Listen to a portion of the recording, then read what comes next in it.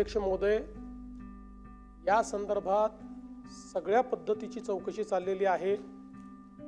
ज्यांची नावं घेतली गेली त्या सगळ्यांची चौकशी करण्यात आलेली आहे। नमस्कार, मी एक महिला आणि एक डॉक्टर म्हणून बोलते। इथे जरा भावना सांगते, कारण मी तिच्या यातना, त्या डॉक्टर महिलेच्या यातना समजू शकते।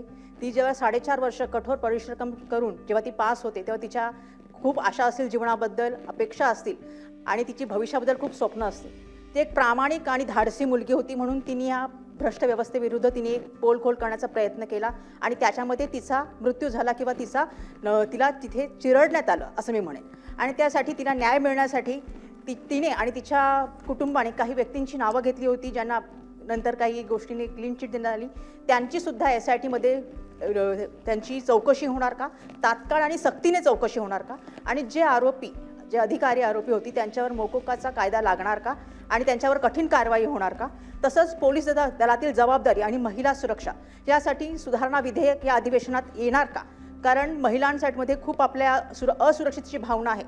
देवाभाऊ, मी तुम्हाला एवढंच सांगू इच्छिते की महिलांना 1500 रुपये जे लाडके बहिणीचे मिळतात त्याच्यापेक्षा सुरक्षा खूप महत्त्वाची आहे। तिची आणि तिच्या मुलीबाळींची सुरक्षा खूप महत्त्वाची आहे आणि त्यासाठी तुम्ही काय प्रयत्न करणार आहात, आणि त्याच्याबरोबर ज्या वैद्यकीय आणि अत्यावश्यक सेवातील ज्या महिला कर्मचारी आहेत त्यांच्यासाठी विशेष सुरक्षा व्यवस्था तिथे तातडीने उभी करणार का, एवढंच विचारते। धन्यवाद।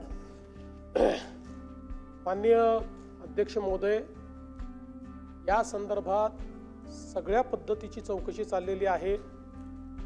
ज्यांची नावं घेतली गेली त्या सगळ्यांची चौकशी करण्यात आलेली आहे। त्या सगळ्या ज्या प्रकारचे एव्हिडन्सेस सापडले, काही लोकांनी दुर्दैवाने याला राजकीय रंग देण्याचाही प्रयत्न केला। ते दुर्दैवी होतं। प्रत्येक गोष्टीत राजकारण आणायचं आणि कोणाला तरी स्केपगोट करायचा हा प्रयत्न अत्यंत दुर्दैवी आहे। पण त्याही संदर्भात अतिशय ट्रान्सपरंट पद्धतीनं ही सगळी चौकशी झालेली आहे। जेवढे पुरावे आहेत त्या पुराव्याचा दुरान्वयानेही ज्यांच्याशी संबंध आलाय अशांची चौकशी झाली आहे। त्यामुळे कुठेही कोणाला सोडण्याचं कारणच याच्यामध्ये नाही। सगळ्यांची चौकशी या ठिकाणी होईल। दुसरं, मला असं वाटतं की सातत्याने सगळ्या गोष्टी लाडक्या बहिणींशी जोडायच्या आणि लाडक्या बहीण योजनेशी जोडायच्या, ही पण पद्धत काही फार चांगली आहे असं मला वाटत नाही। खरं आहे की बहिणींची सुरक्षितता आपला महत्त्वाचा विषयच आहे आणि ते करणं आपले गरजेचं आहे। पण याचा अर्थ लाडकी बहीण योजना काहीतरी चुकीची आहे आणि लाडकी बहीण योजना नका देऊ पण हे द्या, अशा दोन गोष्टीचं कंपॅरिझन करू नका। या महाराष्ट्रातल्या 2.5 कोटी लाडक्या बहिणींनी योजना स्वीकारलेली आहे, ती त्यांच्या जवळची योजना आहे। त्यामुळे ती योजनाही ठेवू आणि महिला सुरक्षिततेकरताही जास्तीत जास्त प्रयत्न हे आपण या ठिकाणी निश्चितपणे करू, हेही मी ताईंना सांगतो।